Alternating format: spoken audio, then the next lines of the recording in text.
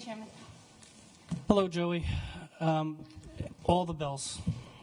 Brief in all. We can do that. We have filed extensive written testimony on the majority of bills your committee will be hearing tonight, so I will be as brief as possible. The Attorney General is in support of House Bill 7283, the possession of firearms on school grounds. This is the law in 39 states, and we think it's important that we keep our schools gun-free except for qualified law enforcement professionals.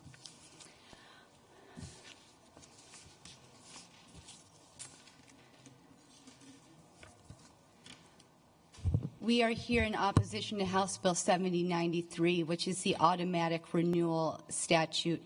As you know, our concealed carry permitting is based on need. This bill would say upon the payment of the renewal fee and a background check.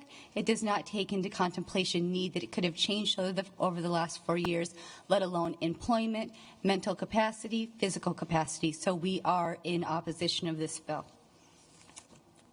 On House Bill 7332, which is Representative Casey's bills, we're reading that. I understand that we've taken that out because it's duplicative and triplicative. We read that as the destruction of all records and regarding the purchase of a rifle or shotgun, which would be an issue if a crime were to be committed with that gun. It needed to be traced back. So I understand that it's been said that it's repealing a duplicative provision. However, we read that very broadly, and this committee may want to look at that. We are opposed to that bill in its current form.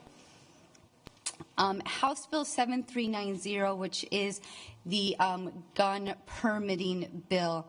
We are opposed to that bill. That puts our application into state statute. We think that that is very onerous and inefficient. If the Attorney General or Department at any time wanted to make a change to that bill, whether it be the addition of one question or the elimination of one question, we would have to come back to this body and get legislative approval. We do not think that that is necessary in the law, and we oppose that. In addition, that bill also takes out our 7-day waiting period provisions under 114735. We are opposed to that.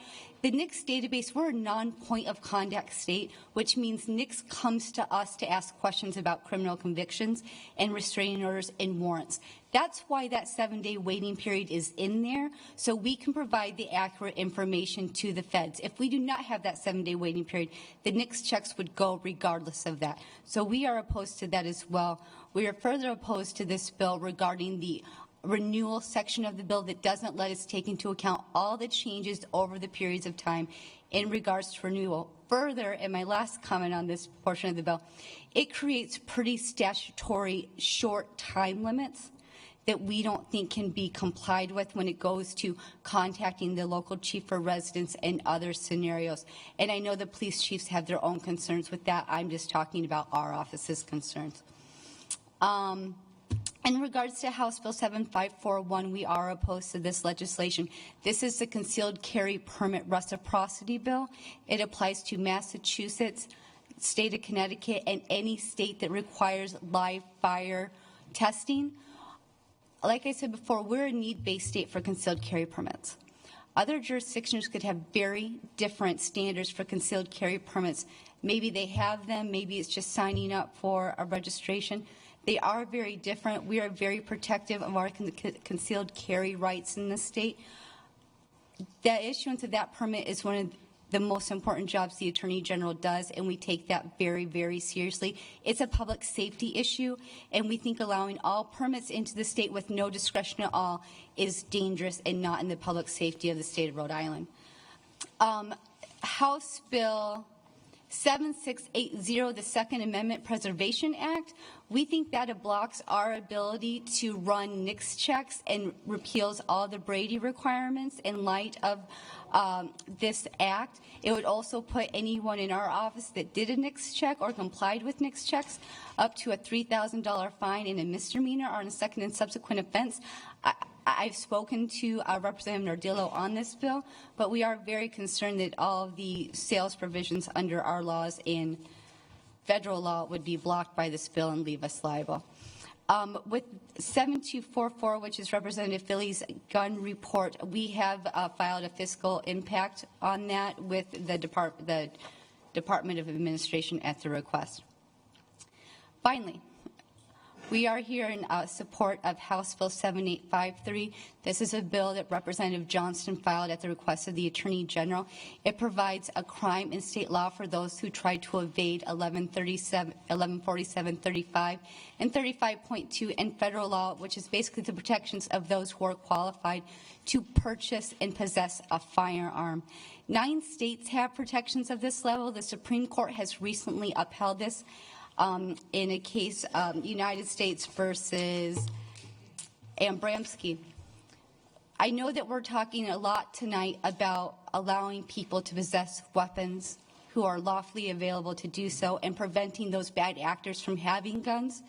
We think this is one of the most important bills this committee will hear tonight. This bill is about someone who goes to a dealership to buy a firearm with the intent to give it to someone they know is cannot legally possess that firearm. That's what we're supposed to be doing in the state as policymakers, protecting good citizens from bad citizens. And we think that this is something that goes very far in our gun laws in this state while being protective of both parties. I will say that we have reached out to dealerships and people that are concerned with this bill, and we are working on language to make sure that everyone is okay with the bill as written. So this is a work in progress, but yeah, a really important conversation to have. The next bill we're here in support of is 7850 by Representative Diaz, sponsored on behalf of Attorney General Kilmartin. This bill does 2 things. It says that you can't walk around the streets of Providence carrying a long gun or a shotgun or a rifle. And it says that you need to carry it within your residence, your place of business, or on land possessed by you. We have exempted out lawful hunting activity or target shooting or any of the provisions of 1147-9, which are the activities without a concealed carry permit. Finally, what this act does is enhance penalties for those who transfer a firearm to a minor and that firearm is used in a crime of violence.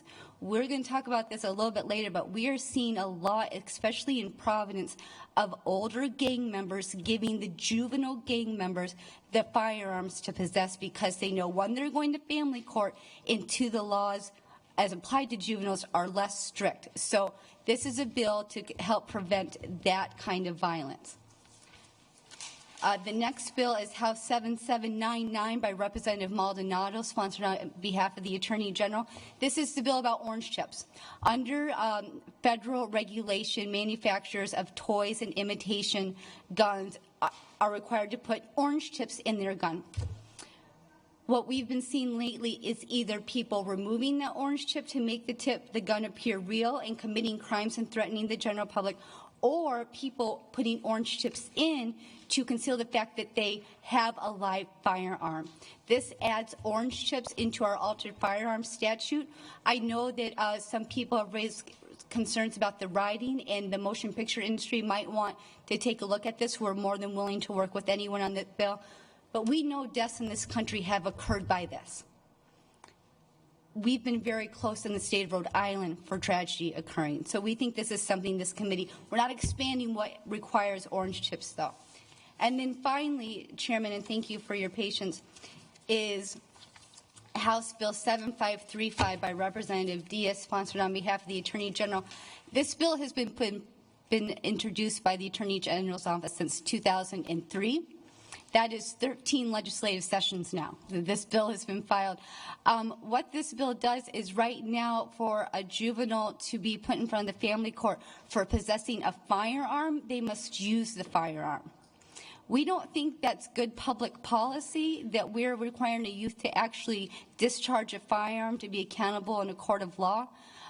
We have gotten cases and continue to get our cases thrown out of the family court based on that. And these are serious crimes by serious juveniles with serious criminal histories and have violent tendencies. And not to say, and you're going to hear this from the opponents tonight, well, you can charge carrying a pistol without a license. You can charge firing in a compact area. Yeah, we can, until that juvenile's hiding that gun under his bed, or that juvenile girl is hiding the body armor underneath her bed. So there are reasons we're not trying to file bills to take people's guns away. We're filing bills of things that we're seeing in our community and we think are making the streets less safe. We shouldn't wait till a juvenile fires a gun to put them in front of a court and try to rehabilitate their needs. We think this is sound public policy.